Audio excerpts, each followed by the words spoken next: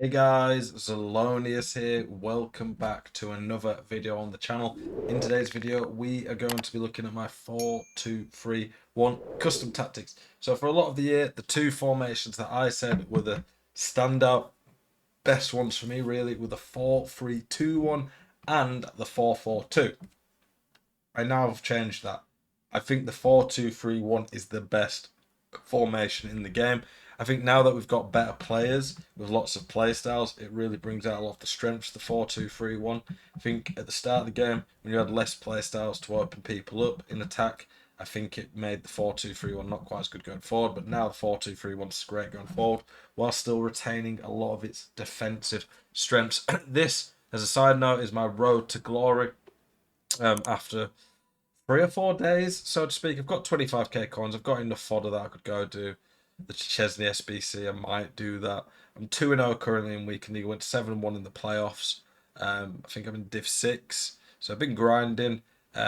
In game, you'll see the 43 one. We've got Tomori at right back.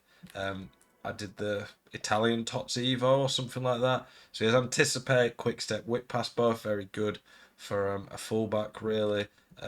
Very quick. Very good physical stats defending. I might put Shadow on him just to make that acceleration a bit more. To be fair, really elite defending. He's not the best on the ball, but we're just a bit more limited with him. I packed Coleman.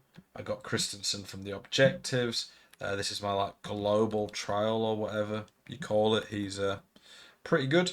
Don't expect Poland to do a lot, but he's a pretty good card. Midfield, duo Guidaro and Barella, both very good cards. Nakata is the cam. Vazic is the lamb. Very good card, honestly. I really like this card. Technical and finesse. He is so cheap. Are you sick to death of getting out teamed on FC24? Want that God squad you've always been dreaming of? Check out iggm.com today. The best and most reliable place to get coins for your ultimate team.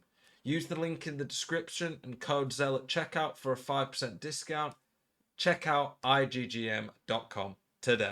That if you've not got a great team, he could maybe fit in. I don't think they'll beat Spain, but who knows? If they do somehow beat Spain and this card goes to a 95, I've got a very, very good card for cheap. Almiron, really solid. Packed him, I think, from the I think it was the 81 times 5 Copa America season thing. He's an absolute beast, really like him. And then the GOAT of the team, the fourth of all time top international goal scorer, Sunil Chetri, 5-star weak foot. I think this card's an S tier attacker genuinely. Rapid, really good shot, passing's good, great on the ball, crazy physical. And he has the two best play styles in the game for a forward in quick step and finesse. So absolute beast of a team, I would say, for 3 or 4 days. We're 2-0 champs. Let's see what we can get. We've also got Hemp, good Munson. We've done the Elise. Evolution. We'll probably do a few more of them, just to have 95 for fodder. Yeah, pretty happy with how the road to glory is going. Should be a lot better after rewards this weekend.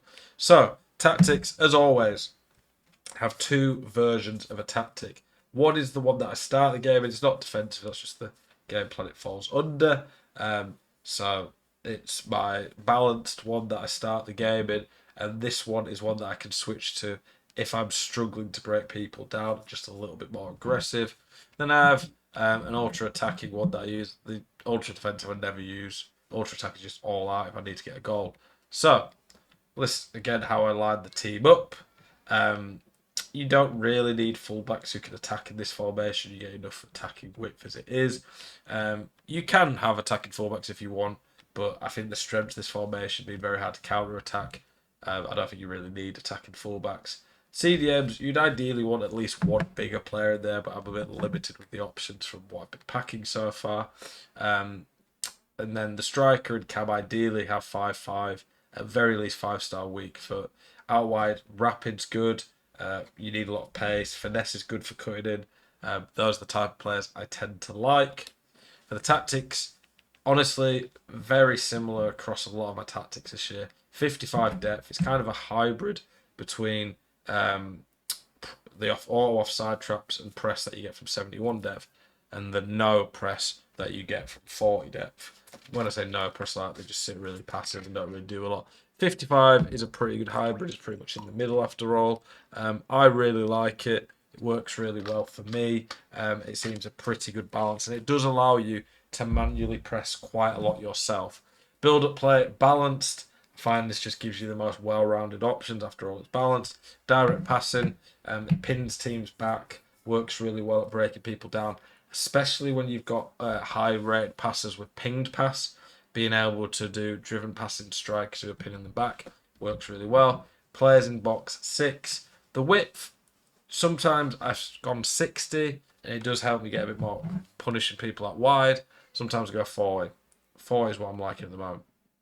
The striker, stay central, stay forward. You could go basic defensive support, but I want him to sit 5 or up so he can counter in behind, especially with quick step. Come back on defense on the cam. Come back on defense on all the cams. This really helps you get, if they don't counter attack quickly, which isn't easy to do against this formation, then when this team sets up in shape, it's very hard to break it down when you've got everybody other than the striker behind the ball. Get into the box on the outside cams, that kind of makes them run in behind, which is really useful for an out ball, cutting people open. Cut passing lanes on both CDMs, cover centre on both CDMs. I want them staying there in the middle. I don't want them getting caught out. And then stay back on the more defensive-minded CDM. Just gives you a little bit more balance. They still get forward a fair bit, unless it's like a low-high type player. Stay back on both the fullbacks as well. You don't want them getting too far forward. In terms of the more attacking one, 71 depth, press after possession loss, pretty much the only change. A little bit more players forward on the corners and free kicks. But you want the depth high. Ultimately, 71 depth and press after possession loss really helps because it basically makes it so your team do auto offside traps. As soon as you lose the ball, they're pressing more aggressively. You need to do something like that to get back into a game. Countless amount of times I see people just find a tactical formation that works well for them, but if they're losing, they never change it up. You need to be willing to change it up. It's important. Instructions, very similar. I do go basic defense support on the cam, allow them to not defend quite as much, get forward a bit more. And then for the most part, they're pretty similar across the board. The fullbacks are still on stay back. There's one you could change the balance, but it will massively change the formation. If I had like really good attacking fullbacks like Davies or something like that, maybe I'd do it. But I do put both CDMs to balanced attack. That is one change I do make when playing this more aggressive version of it. I want my team to get forward a bit more, offer a little bit more, and just having both CDMs on balance definitely helps with that. That's the formation, that's the team, that is how I line it up. It's really solid, easy to use. The attacking patterns are pretty obvious. And yeah, it's just a good, solid, fundamental formation. I think it'll honestly get good results for anyone. Appreciate you all watching. Hopefully, this video's helped you out. As always, keep it spicy. I do hope to see you guys in the next one. Peace.